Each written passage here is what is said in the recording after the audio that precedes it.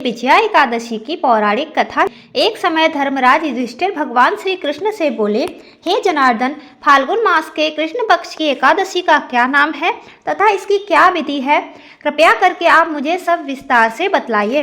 तब भगवान श्री कृष्ण बोले, हे राजन, फाल्गुन मास के कृष्ण पक्ष की एकादशी का नाम विजया एकादशी है। अपने नाम के अनुसार ये बहुत ही कल्याणकारी और विजय दिलाने वाली एकादशी है। विजया एकादशी की महत्ता को संसार तक पहुंचाने के लिए स्वयं भगवान श्री राम ने भी इस एकादशी का व्रत एवं पूजन किया था। इसके बाद से विजय और मोक्ष प्राप्त करने के लिए संसारी लोग इस एकादशी का व्रत एवं पूजन करने लगे। यह सब व्रतों में उत्तम व्रत है। इस विजया एकादशी के श्रवण, पूजन या पाठन से समस्त पाप नष्ट हो जाते हैं। अब मैं तुम्हें विजया एकादशी व्रत की पौराणिक कथा सुनाता हूँ। ध्यान पूर्वक सुनो। एक समय नारद जी ने जगत पिता ब्रह्मा जी से कहा, महाराज, आप मुझे फाल्गुन मास के कृष्ण पक्ष की एकादशी का विधान कहिए। ब्रह्मा जी कहते हैं, विजया एकादशी का व्रत समस्त पापों को नष्ट करने वाला है। इस एकादशी व्रत की विधि मैंने आज तक किसी से भी नहीं कही है। यह एकादशी समस्त मनुष्यों को विजय प्रदान करती है।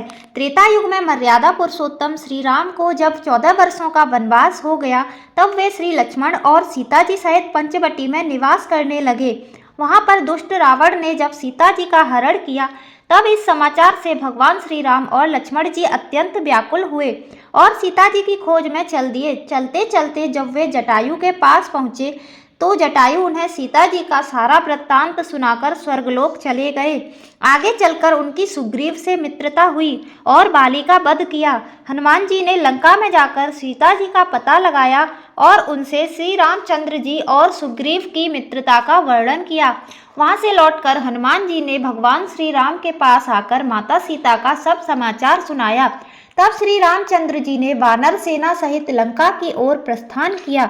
जब वह समुद्र के किनारे पहुंचे, तब उस अगाध समुद्र को देखकर श्री राम ने लक्ष्मण जी से कहा, इस समुद्र को हम किस तरह से पार करेंगे?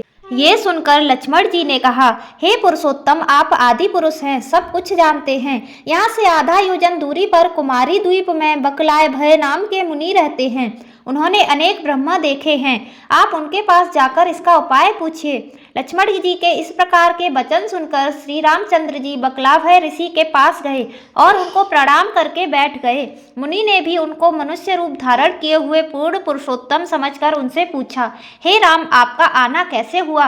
रामचंद्र जी कहने लगे, हे ऋषिवर, मैं अपनी सेना सहित यहाँ आया हूँ और राक्षसों को जीतने के लिए लंका जा रहा हूँ। आप कृपा करके समुद्र पार करने का कोई उपाय बतलाइए। मैं इसी कारण आपके पास आया हूँ। इस पर बकलाभय ऋषि बोले, हे राम, फाल्गुन मास के कृष्ण पक्ष की एकादशी का उत्तम व्रत करने से निश्चय ही आपकी विजय होगी। साथ ही आप समुद्र अवश्य पार कर लेंगे। इस व्रत की विधि यह है कि 10वीं के दिन स्वर्ण, चांदी, तांबा या मिट्टी का एक घड़ा बनाएं। उस घड़े को जल से भरकर तथा 5 पल्लव रख वेदिका पर स्थापित करें। उस घड़े के नीचे सतनजा और ऊपर जौ रखें। इस पर श्री नारायण भगवान की स्वर्ण या मिट्टी की मूर्ति स्थापित करें। एकादशी के दिन स्नान आदि से निवृत्त होकर धूप, दीप, नैवेद्य, नारियल आदि से भगवान श्री नारायण की पूजा करें। तत्पश्चात घड़े के सामने बैठकर दिन व्यतीत करें और रात्रि को भी उसी प्रकार बैठे रहकर जागरण करें। द्वादशी के दिन नित्य नियम से निवृत्त होकर उस घड़े को ब्राह्मण को दान दे दें। हे राम, यदि तुम इस व्रत को सेनापतियों सहित करोगे तो तुम्हारी विजय अवश्य होगी। श्री रामचंद्र जी ने ऋषिवर के कहे अनुसार इस व्रत को किया और इसके प्रभाव से दैत्यों पर विजय प्राप्त की। अतः हे राजन, जो भी मनुष्य इस व्रत को नियम पूर्वक करेगा, दोनों लोकों में उसकी अवश्य विजय होगी। श्री ब्रह्मा जी ने नारद जी से कहा था, हे पुत्र, जो कोई इस व्रत की कथा का महात्म्य पढ़ता, सुनता या सुनाता है, उसको वाजपेय यज्ञ का फल प्राप्त होता है। जय श्री हरि विष्णु।